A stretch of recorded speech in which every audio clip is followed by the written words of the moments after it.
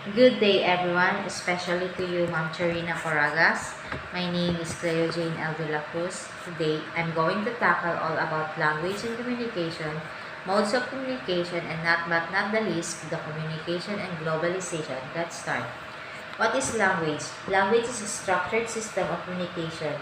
It is a medium for thoughts and social interaction, or a principle of methods of human communication consisting of words used in a structured and conventional way and conveyed by speech or writing or gesture.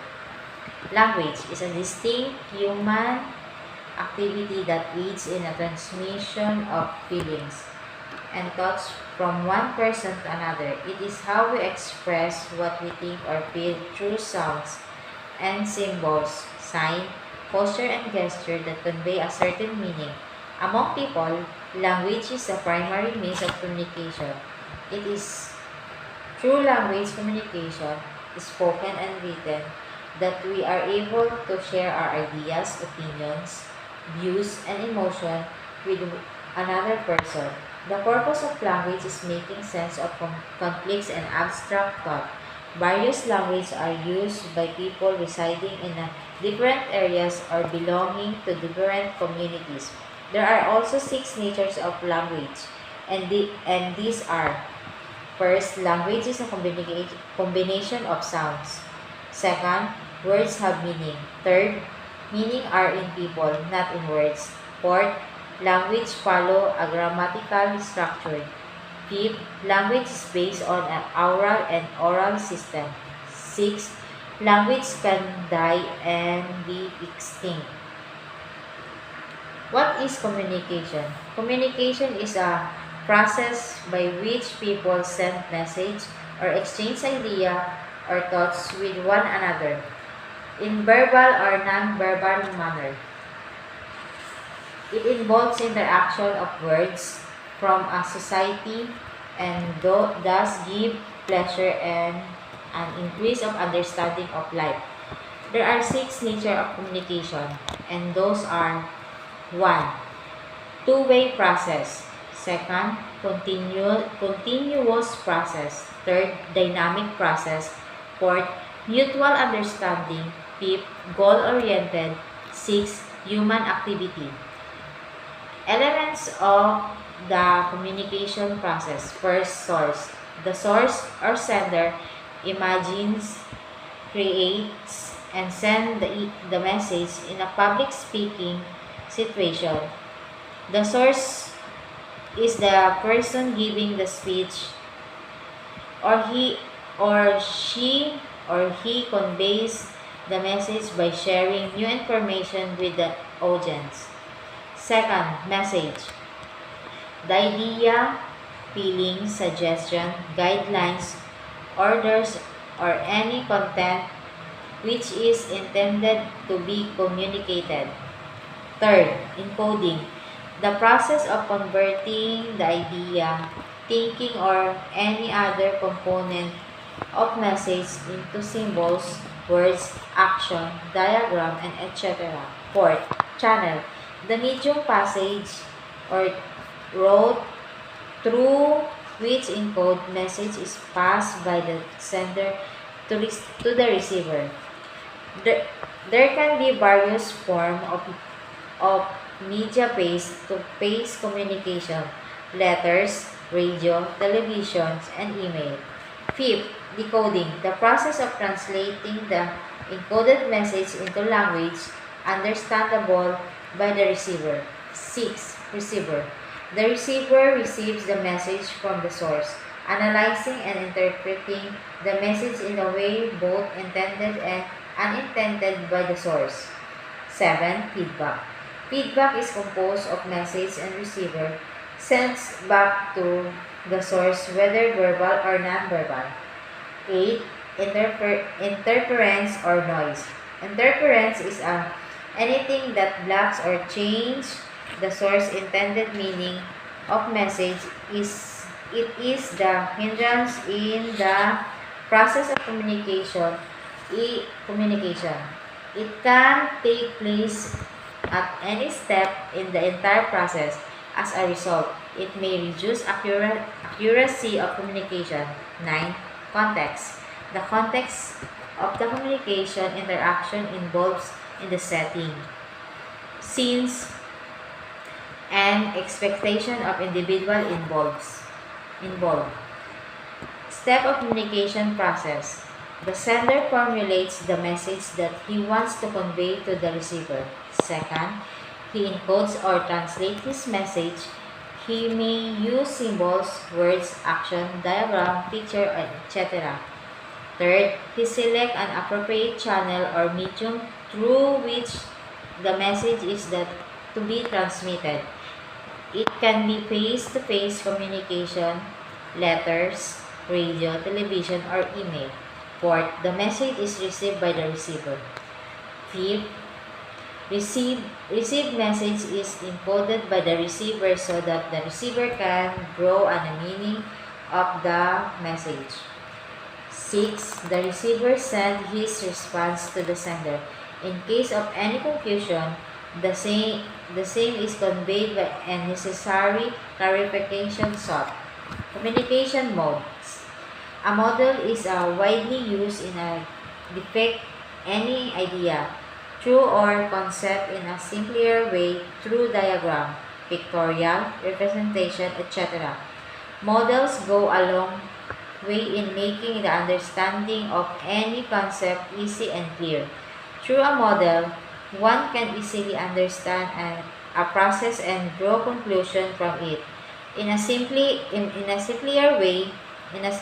words, the model can make the learning simply. There are various communication models, and these are: first, Aristotle model of communication. Aristotle model is mainly focused on speak and speech. It can be broadly divided into 5 primary elements: speak, speech, occasion, audience, and effects. Berlow's model of communication. While the Aristotle model of communication puts in a speaker in the center position, the suggests that the speaker is the one who drives the entire communication. The Berlow's model of communication takes into account an emotion aspect of the message. Berlow's model of communication operates on the SMCR model. Shannon and Weaver model of communication. Shannon and Weaver model is the most popular model of communication, and is widely accepted all over the world. The model deals with various concepts like information source, transmitter, noise, channel, message receiver, channel, information destination, encode and decode. Scrum model of communication. While Wilbert Scrum posed the model of the communication in 1945, it is a two-way circular communication between sender and receiver. It is derived from Osgood model, who gave the circular form of communication. Types of communication. Communication is a dynamic process that begins with conceptualizing of idea by the sender, who then transmits the message through the channel to the receiver, who in turns give back the feedback into the form of some message or signal within the given time frame. Types of communication according to mode. The message may be imparted through these types: verbal, non-verbal, and visual. While communication is often thought of a verbal, the non-verbal model is equally essential as in enhance one message. Verbal and non-verbal communication. Verbal communication is the use of the auditory language to exchange information with other people. It includes sounds, words, or speaking, the tone, volume, and speech and pitch of one voice can all contribute to effective verbal communication. Nonverbal communication. This is a communication between people through nonverbal or visual cues. This includes gesture, facial expression, body movement, timing, touch, and anything else that communicates without speaking. Visual communication. Visual communication use visual to convey information or message. Some examples are signs, symbol, imagery, maps, graphs, charts, diagram, pictogram, photos, drawing or illustration, and even various prompt or electronic communication. Types of communication according to context. Intrapersonal communication is a communicator internal use of language or thought.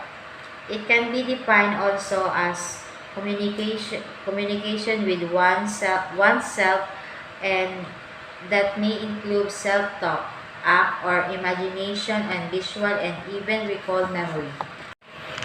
Second, informal communication. Informal communication is done using channels that are in contrast with formal communication channels. It's just a casual talk. It is established or societal affiliation of members in an organization and face-to-face discussion. Communication in social media. Social media become a certain of market tools to reach out to prospective students. Social media became the academic institution of communication with students, like example are via Facebook, via YouTube, and many more. Modes of communication are video, where we use web cameras. For example, one of you cannot interact face to face. We use Messenger to interact with that certain person via Messenger video call. The other one is audio. This is also so common to use these days. Audio means transmitted sounds, for example, Messenger audio call, or even phone calls, where they will call through our cell phone numbers. The last one is text-based communication. This is also very known to us. Its example are email, text message, where they text through your cell phone numbers, and very known to use is online messaging through via Messenger and to another online messaging apps. The globalization phenomenon. Globalization and global are terms we often encounter today. These terms are associated with realities outside the territories of nation states. All countries are engaged in globalization. Very few societies are unaffected by this phenomenon. Because of this, we need to understand exactly what it is, and more importantly, how we impact communication. How globalization works. In simple terms, globalization is a process by which people and goods moves easily across borders. Principally, it's an economic concept, the integration of market trades and investment with few barriers to slow the flow of products and service between nations. Intellectual communication. Intellectual communication refers to the communication between people from two different cultures. Intellectual communication is a symbolic, interpretive, transactional, contextual process which people from different cultures create sharing meaning. Communicating across cultures. Communicating across cultures is challenging. Each culture has a set of rules that its members take for granted. Few of us are aware of our own culture bias because culture is begun at very early age, and while some of culture's knowledge, rules, belief, values, phobias, and anxieties are taught explicitly. Most of the information is absorbed subconsciously.